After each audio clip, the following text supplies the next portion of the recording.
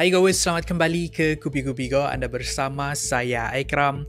Hari ini kita ada sebuah topik yang menarik bagi saya dan menarik untuk dikongsikan kepada goers semua tentang pelaburan-pelaburan digital yang sekali pandang kita nampak macam bodohnya diorang ni melabur macam ni. Pelaburan macam mana? Contohnya gambar yang berharga ribuan sehingga jutaan ringgit. Gambar yang semua orang boleh download.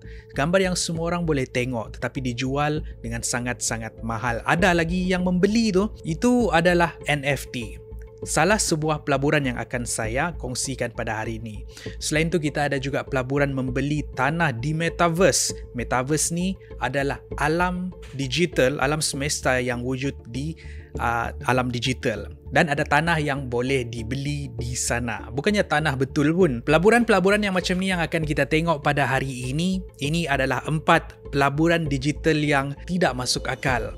4. Cryptocurrency. Cryptocurrency diterjemahkan menjadi mata wang kripto ataupun secara ringkasnya kripto. Pelaburan di dalam kripto seperti juga pelaburan saham yang biasa, beli semasa harga yang rendah dan jual semasa harga dia mahal. Rata-rata kita di sini tahu apa itu kripto. Ini adalah satu sistem mata wang digital yang menggegarkan institusi kewangan di seluruh dunia. Sehingga kan ia diharamkan di sana sini. Realitinya, mahu ataupun tidak, diharamkan ataupun dibenarkan, tiada siapa yang dapat menghalang penggunaan cryptocurrency di era moden ini. Kita tahu kripto yang paling terkenal ialah Bitcoin. Tapi selain dari Bitcoin, banyak lagi jenis cryptocurrency yang ada. Ini termasuklah kripto jenis altcoin ataupun meme coin. Setiap kripto mempunyai fungsi tersendiri, tapi mereka semua ni berkongsi satu ciri yang sama. Segala transaksi tidak dapat dipantau oleh sesiapa pun sebab ia dilakukan secara digital melalui proses encryption. Kenapa kripto diharamkan di beberapa buah negara seperti China? Sebab kerajaan tidak dapat mengenal pasti transaksi secara langsung, tidak dapat mengawal kitaran wang ataupun menetapkan undang-undang. Ini mengurangkan kuasa mereka di dalam memantau ekonomi negara. Namun begitu, dari tahun ke tahun, berbeza dengan China, banyak negara yang mula mengadaptasikan kripto seperti negara El Salvador yang secara terang-terangan menyuruh rakyat mereka menggunakan Bitcoin dan negara mereka pun melabur di dalam Bitcoin. Begitu juga dengan syarikat-syarikat gergasi di dunia seperti Tesla mula melabur di dalam Bitcoin. Walaupun begitu, penggunaan kripto masih lagi menjadi sesuatu yang tidak pasti sebab banyak juga aktiviti jenayah yang dijalankan di dalam dunia pelaburan kripto seperti money laundering, penipuan atas talian dan pelbagai aktiviti jenayah yang tidak dapat dikesan. Itulah sebab kenapa kita dapat lihat reaksi yang berbeza-beza setiap negara kalau bercakap pasal kripto. 3. Beli seni moden NFT. Seterusnya kita lihat pelaburan dengan membeli aset digital yang dikenali sebagai non-fungible token, secara ringkasnya NFT. Ini adalah satu pelaburan yang sangat pelik tetapi menjadi semakin popular. NFT ialah aset digital termasuk gambar, lagu, video dan pelbagai aset digital yang lain. Cuba teka berapa harga gambar yang anda sedang lihat ini. Ini adalah gambar yang berjudul Every Days The First 500 Days. Ia berharga 69.3 juta US dollar. Gila bukan? Padahal ini hanyalah gambar digital yang semua orang boleh lihat dan semua orang boleh download. Ataupun gambar ini adalah NFT dari koleksi yang dikenali sebagai CryptoPunks. Salah satu daripada koleksi CryptoPunks ni bernilai 500,000 US dollar. Ya, ini adalah aset-aset NFT yang boleh dijual dan dibeli sebagai pelaburan. Dan semestinya syarat untuk melabur dengan NFT ialah membeli dengan harga yang murah dan menjual dengan harga yang mahal. Tidak masuk akal bukan? Gambar yang kanak-kanak buat pun boleh dijual dengan sangat-sangat mahal. Malah kanak-kanak ni dikenali sebagai Benjamin Ahmed. Dia mengaut keuntungan 1.6 juta ringgit hanya dengan menjual koleksi NFT yang dikenali sebagai Weird Wells. Nilai NFT datang dari populariti dan persepsi sesebuah NFT. Kalau ia viral, maka harga sesebuah NFT akan melonjak naik dan semua orang mahu memilikinya walaupun dengan harga yang sangat mahal. Sebaliknya, kalau sesebuah NFT tidak popular, walaupun dibeli dengan harga yang mahal tetapi harga dia tetap akan turun menyebabkan pelabur rugi. Selain dari itu, rasa puas hati bagi sesetengah orang memiliki aset NFT juga memainkan peranan kenapa harga NFT sangat-sangat mahal. Ini semua berbalik kepada supply dan demand di dalam ekonomi. NFT ini boleh dibeli di platform jual beli NFT yang terkenal seperti di OpenSea.io, SolanaArt.io, dan untuk NFT tempatan boleh dibeli di Pentas.io. Di sana mereka memaparkan koleksi dari artis legenda seperti Ujang. Memiliki aset digital pelik atau tidak? Terpulang kepada persepsi seseorang.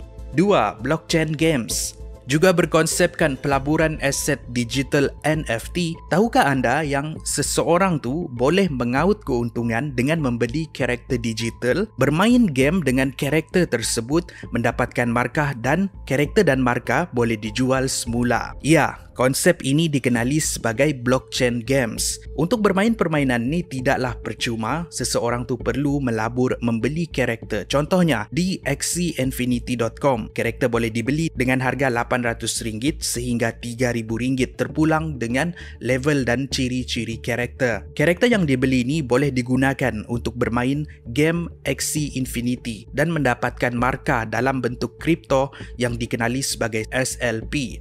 SLP ini boleh dijual mengikut harga pasaran. Bukan itu sahaja, karakter yang dibeli tadi pun boleh dijual semula. Dan anggaran keuntungan bulanan secara puratanya ialah RM1.5,000 sebulan untuk satu karakter berharga RM3,000. Makin banyak karakter, makin banyak pulangan. Bunyi seperti mudah, bukan? Melabur RM3,000 dan mendapatkan pulangan RM1.5,000 sebulan. Tunggu dulu. Sebelum anda terjun melabur dengan bermain blockchain games, kena ingat, ini adalah satu pelaburan kripto. Harga jual beli berasaskan harga pasaran kripto. Kalau harga kripto naik, maka naiklah harga jual beli. Sebaliknya, kalau harga kripto turun, maka turunlah harga jual beli. Pokoknya di sini, walaupun nampak mudah, tetapi risiko tetap ada. Ialah sebab ini bukan skim cepat kaya. Ini adalah pelaburan. Selain dari Axie Infinity, banyak lagi blockchain games yang lain, termasuklah CryptoKitties, Monster Infinite, Chain Monster dan lain-lain. 1. Metaverse. Sebuah lagi pelaburan berkonsepkan aset digital NFT. Seterusnya kita tengok pelaburan di dalam dunia Metaverse. Metaverse? Apa tu Metaverse? Ini adalah terma untuk menggambarkan satu alam semesta yang wujud secara atas talian ataupun online.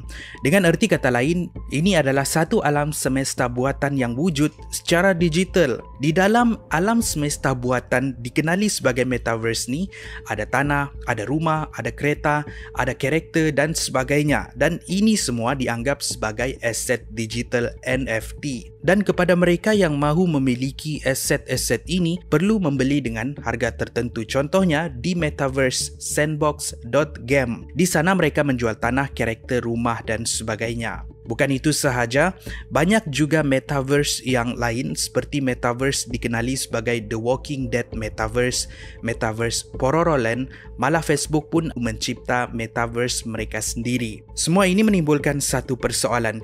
Kenapa orang sanggup membeli aset-aset digital ini? Padahal ia hanyalah gambar ataupun video yang boleh dilihat dan boleh di-download oleh semua orang. Macam yang saya cakap tadi, ini semua terpulang kepada persepsi dan populariti. Ada di antara mereka yang melihat ini sebagai satu benda yang berharga. Ada yang merasa puas hati memiliki aset digital. Ada juga yang melihat memiliki aset-aset digital ini sebagai sesuatu yang pelik dan ini hanyalah hobi untuk orang-orang kaya. Ada yang membeli sebab mengharap yang harga aset-aset digital ini akan naik pada masa hadapan bila timbul kesedaran tentang memiliki NFT, ataupun pada masa hadapan ia tidak akan bernilai lagi. Ini berbalik kepada konsep pelaburan. Setiap pelaburan ada risikonya. Risiko tinggi, pulangannya tinggi. Tapi kerugiannya juga tinggi, terpulang kepada mentaliti dan strategi pelabur. Secara ringkasnya, itulah pelaburan Metaverse. Terima kasih kerana menonton. Itu adalah perkongsian kita pada hari ini. Semoga apa yang saya sampaikan ini bermanfaat untuk semua. Hari ini dunia bergerak dengan sangat-sangat laju dan jangan kita ketinggalan dengan apa yang sedang berlaku sekarang. Kita tidak perlu menjadi pelabur untuk tahu semua ni. Dan kalau anda ingin menjadi pelabur dengan melabur cara-cara yang saya sampaikan ni, dan jangan anggap ini sebagai financial advice. Pastikan anda jalankan penyelidikan anda sendiri. Dan sebenarnya saya ada beli 2 NFT untuk buat video di Kupi-Kupi Go, biar saya yang selami dunia yang ganjil dan pelik ini, dan saya akan cuba terangkan kepada goers semua tentang dunia NFT ini. Ada 2 gambar tu saya akan tunjuk di episod yang akan datang, episod yang khusus menceritakan tentang NFT. Dan kalau anda mahu menonton video tu, kalau anda mahu melihat NFT yang saya beli tu, pastikan anda like dan share, pastikan anda subscribe dan follow kami di social media. Dan itu sahaja daripada saya pada hari ini. Sekali lagi, semoga video ni bermanfaat. Saya jumpa anda di episod yang seterusnya. Jangan lupa like video ni. Kalau anda like video ni, YouTube akan promote video ni kepada kawan-kawan kita yang lain. Apapun, saya jumpa anda di episod yang seterusnya. Kupi-Kupi Go, menarik setiap hari.